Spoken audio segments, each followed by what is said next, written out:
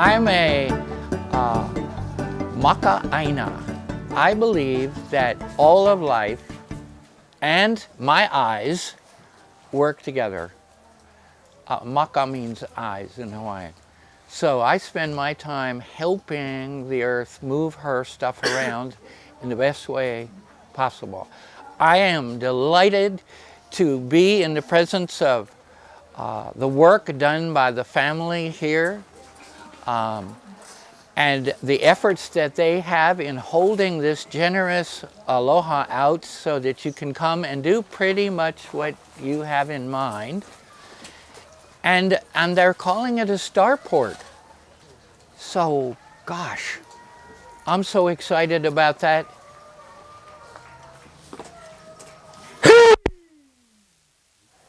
You know what that word is? That's the word they say just before you pull the first oar and the voyager's canoe sets out over the soft velvet curve of the universe or some glassy lava. It doesn't matter, because when you push in on it, it makes earth.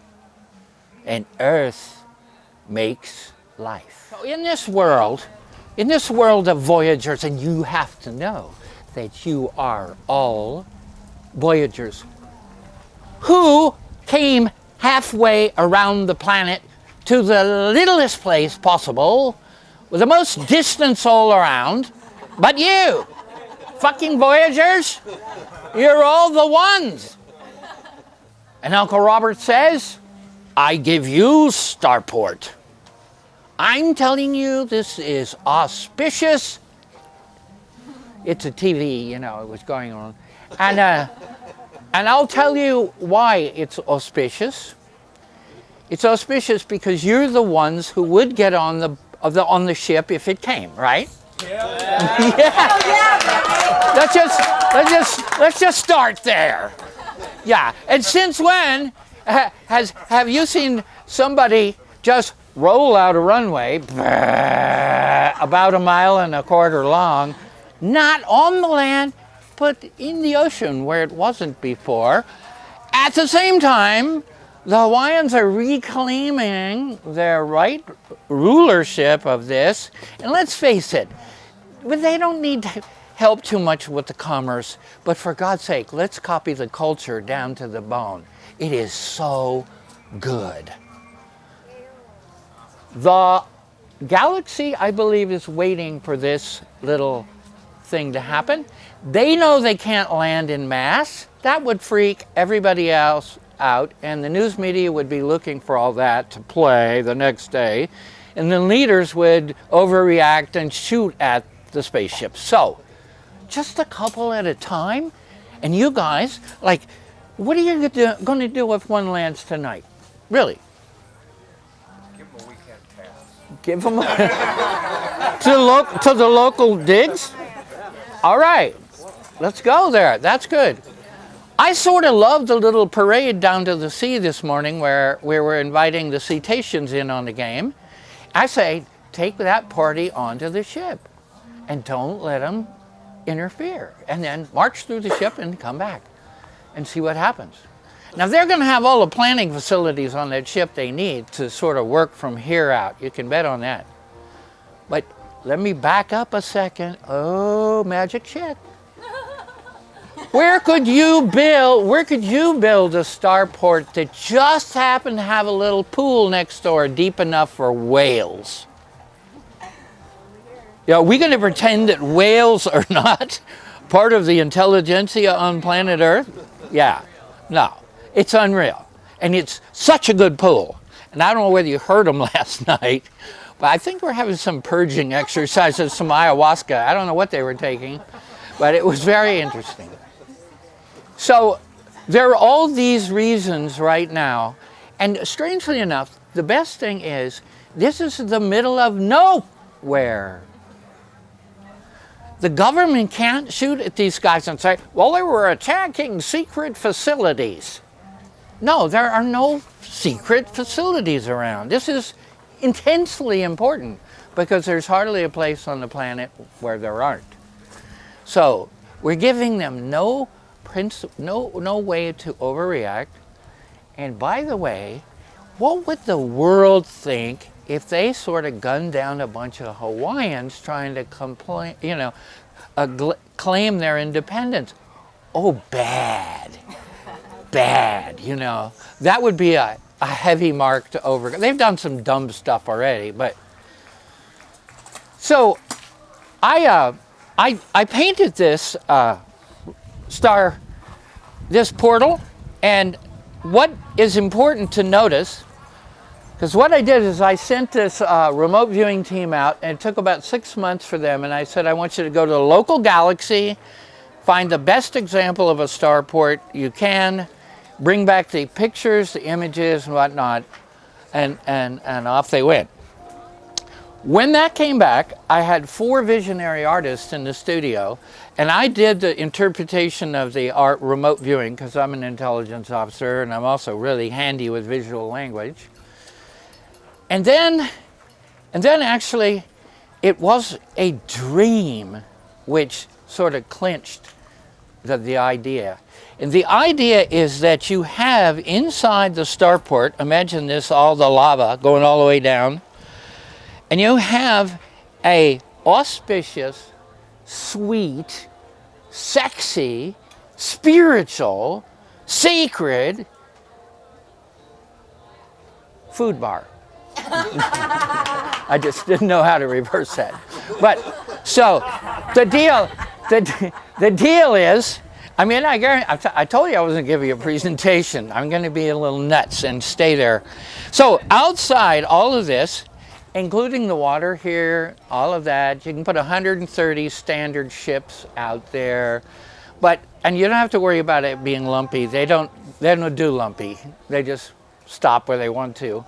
So with all that, then you go around and you pick them up in a shuttle, and the shuttle has on board the necessary information to tune them to local gravity, and we hose them down with some toxins so that they don't have any bugs, or whatever it is. And but just kidding. So, but then they land here at it's like the capital of the first portal of a galactic claim on the Earth.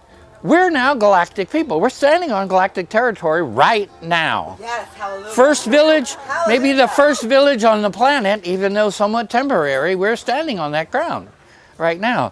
And so then they go in there, and Michael will take a good video of them, and they'll get some, probably some really good passion fruit and some soda. I think that'd be good. And they will meet, all the adorable hostesses that we can muster. And no, but the truth is, then where would they stay? Well, they come out the bottom after their formal entrance, and that all goes out on video to the planet. Get in their little boats and lagoons and go to various cultural habitats made like a United Nations village, to spend the evening. Well, we can go to Sarawak if you want to. And have, the little fish eat all the things off your feet. So, but the point is, you can't take your brain anywhere until you sort of get to this place. And so, as Robert and team start to look at this, with their open minded, they could say something like, bring, like every village and town on this island, bring us a set of tropical trees, bushes, and whatnot. Find a little, kipuka is a good word, refuge out there, pop them down. You could say to the other nations of the world, send us a totem. This is like a super totem, but they could send a totem of their culture. Pretty soon, we have an international park, all decorated, and hopefully we can use roller skates to get around, something cool. So there we are, launching the Hawaiian culture in a way that's galactic, because we're all from there, right? Shall we invite some of them here? See, because we know how to do this. We tribal people, we Voyagers know how to do it. Langwana onaswayo mamake ahon he. That means y'all welcome. You can show yourselves off if you want to, but otherwise put this on the Galactic News tonight, all right? Hello? Hello? Yes, we want you to visit. Hello. Yes, Hello. stealthily in the beginning with good some night music maybe. Yeah. All right. So, where do we go? Where do we go from here with this? Besides the fact that I'll do some in-depth interviews with Michael on some of the details of it. I think the first concept is to understand that they can pretty much land where they want to. The ocean is good for them. They can't come with a lot of fuss, you know. It'll mess with the civil defense for all the nations and whatnot. I think we might ask them in our dreams to come up some really soft music that is a little better than just a vacuum cleaner sound, you know, something like that. And so that's the story about the Starport. So let's imagine that we are those Voyagers. Let's imagine that, okay, one of these days it's going to happen. Let's imagine we're going to be friendly villagers when they arrive. Today. Yeah, right now. Yes. Let's go. Yeah. And so nice to be here. No. So, and take it from there. So, do you see the possibility? That's one of the things I do as a shaman, is tell stories about possibilities. And now, the story is that this is the Truman Show. Like when I sent my RV guys out to find the best, porthole in the local system, they said, you can't go past the moon. There's people on the other side of the moon that'll stop you. And they're looking down here and they're going, whatever it is. So understand that inside the planet, however, are a couple of civilizations.